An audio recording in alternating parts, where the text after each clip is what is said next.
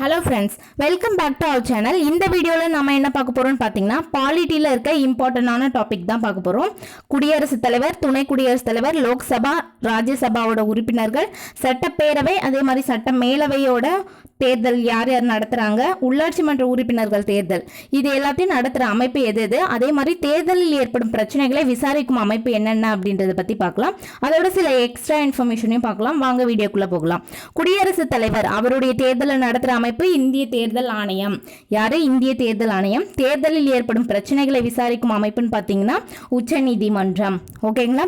குடியரசு துணைத் தலைவருக்கான தேர்தல் நடத்துகிற அமைப்பு இந்திய தேர்தல் ஆணையம். தேர்தலில் ஏற்படும் பிரச்சனைகளை விசாரிக்கும் அமைப்புன்னு பார்த்தீங்கன்னா உச்ச நீதிமன்றம். ஓகேங்களா? குடியரசுத் தலைவர், துணை குடியரசுத் தலைவர் ரெண்டு பேருக்குமே தேர்தல் நடத்துகிற அமைப்பு இந்திய தேர்தல் ஆணையம் தான். தேர்தலில் ஏற்படும் பிரச்சனைகளை விசாரிக்கும் அமைப்பு பார்த்தீங்கன்னா உச்ச நீதிமன்றம். ஓகேங்களா? இதில் இந்திய தேர்தல் ஆணையத்தை பற்றி என்னென்ன தெரிஞ்சுக்கலாம். இது பகுதி 15 இடம் பெற்றிருக்கும். இதனுடைய விதிகள் என்னென்ன? 324 இருந்து 329 வரைக்கும் இடம்பெற்றிருக்கும். ஓகேங்களா? அதே மாதிரி இந்திய தேர்தல் ஆணையம் எங்க நிறுவப்பட்டது, எப்பொழுது நிறுவப்பட்டதுன்னு பார்த்தீங்கன்னா டெல்லியில அமைவிடம் இருக்கு. இதோட அமைவிடம் டெல்லியில தான் நிறுவப்பட்டது. ஜனவரி 25 1950 ஆண்டு வந்து நிறுவப்பட்டது. ஓகேங்களா? ஜனவரி 25 1950.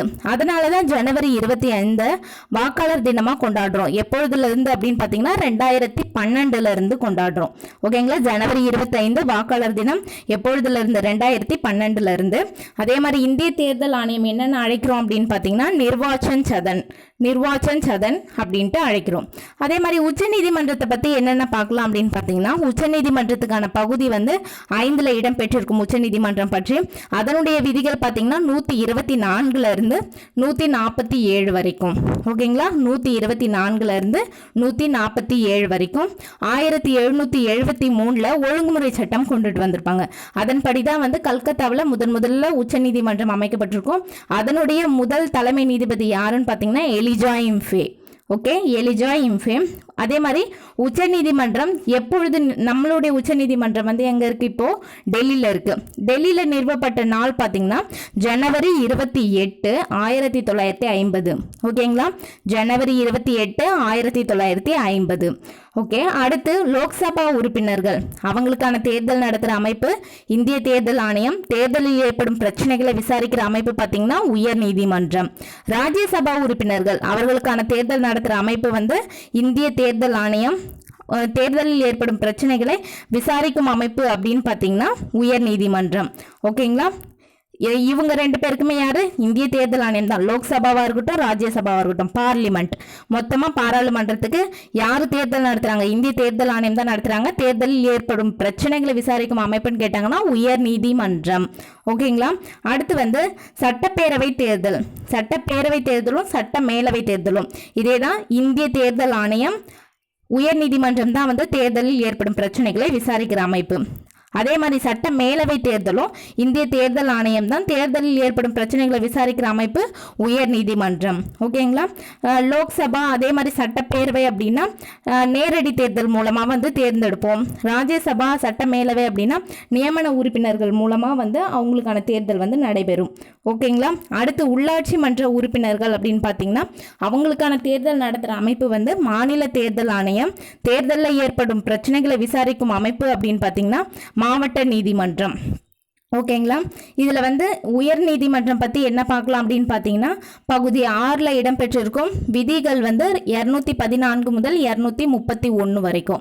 214 இருந்து 231 வரைக்கும் உயர் நீதிமன்றம் இப்பொழுது வந்து மெட்ராஸில் இருக்கு இல்லைங்களா? அதாவது சென்னையில் எப்பொழுது அமைக்கப்பட்டது அப்படின்னு பார்த்தீங்கன்னா ஆகஸ்ட் 15 1862. ஆகஸ்ட் 15 அமைச்சிட்டாங்க. 1862. ஓகேங்களா? அடுத்து உயர்நீதிமன்றத்தோட மதுரை கிளை எப்பொழுது அமைக்கப்பட்டதுன்னு பார்த்தீங்கன்னா ஜூலை 24 2004 அமைக்கப்பட்டது. உயர்நீதிமன்றத்தினுடைய மதுரை கிளை எப்பொழுது அமைக்கப்பட்டதுன்னு பார்த்தீங்கன்னா ஜூலை 24, 2004ஆம் ஆண்டு அமைக்கப்பட்டது. இந்த மதுரை கிளை கொஷின் கேட்பாங்க. 2004 அமைக்கப்பட்டது. அது ரொம்ப இம்பார்ட்டன்ட். அதே மாதிரி இங்கே வந்து லோக்சபாவாக இருக்கட்டும், ராஜ்யசபா, சட்டப்பேரவை, சட்டமேலவை, இவங்க எல்லாருக்குமே இந்திய தேர்தல் ஆணையம் தான். தேர்தலில் ஏற்படுற பிரச்சனைகளை விசாரிக்கிற அமைப்புன்னு பார்த்தீங்கன்னா எல்லாருக்குமே உயர் நீதிமன்றம் தான். உள்ளாட்சி மன்ற உறுப்பினர்களோட தேர்தல் மட்டும் மாநில தேர்தல் ஆணையம் விதி 243K படி அந்த தேர்தல் ஆணையத்தை அமைச்சு அந்த தேர்தல் நடத்துறதுக்கான அமைப்பு வந்து இவங்க கிட்ட தான் இருக்கும். ஓகேங்களா. அதே மாதிரி மாவட்ட நீதிமன்றம் தான் வந்து தேர்தலில் ஏற்படும் பிரச்சனைகளை விசாரிக்கும் அமைப்பு. மாவட்ட நீதிமன்றத்தோட மாவட்ட நீதிபதியை யாரு நியமிப்பாங்க அப்படின்னு பார்த்தீங்கன்னா ஆளுநர் தான் நியமிப்பார். அதே மாதிரி வந்து மாவட்ட நீதிமன்றம் அப்படின்றது அந்த மாவட்டத்தினுடைய எல்லைக்குள்ளே ஏற்படுற பிரச்சனைகள், அதே மாதிரி மேல்முறையீடு ஏதாவது வந்ததுன்னா அதெல்லாத்தையும் விசாரிக்கிற அமைப்பு வந்து இந்த மாவட்ட நீதிமன்றத்துக்கு தான் உள்ளது. ஓகேங்களா. குடியரசுத் தலைவர், துணை குடியரசுத் தலைவர்னா 2 பேருக்குமே இந்திய தேர்தல் ஆணையம், உச்ச நீதிமன்றம் தான் தேர்தலில் ஏற்படுற பிரச்சனைகளை விசாரிக்கிற அமைப்பு. லோக்சபா, ராஜ்யசபா, சட்டப்பேரவை, சட்ட மேலவைனா இவங்க எல்லாருக்குமே வந்து இந்திய தேர்தல் ஆணையம், உயர் நீதிமன்றம் தான் வந்து பிரச்சனைகளை விசாரிக்கிற அமைப்பு. உள்ளாட்சி மன்றமா இருந்தால் மட்டும் மாநில தேர்தல் ஆணையம் தேர்தல் நடத்துவாங்க. மாவட்ட நீதிமன்றம் வந்து அந்த தேர்தலில் ஏற்படுற பிரச்சனைகளை விசாரிப்பாங்க. ஓகே ஃப்ரெண்ட்ஸ், இந்த வீடியோ உங்களுக்கு பிடிச்சிருந்தால் லைக் பண்ணுங்கள், ஷேர் பண்ணுங்கள் அண்ட் கமெண்ட்ஸ் பண்ணுங்கள். மறக்காமல் சப்ஸ்கிரைப் பண்ணுங்கள். தேங்க்ஸ் ஃபார் வாட்சிங்.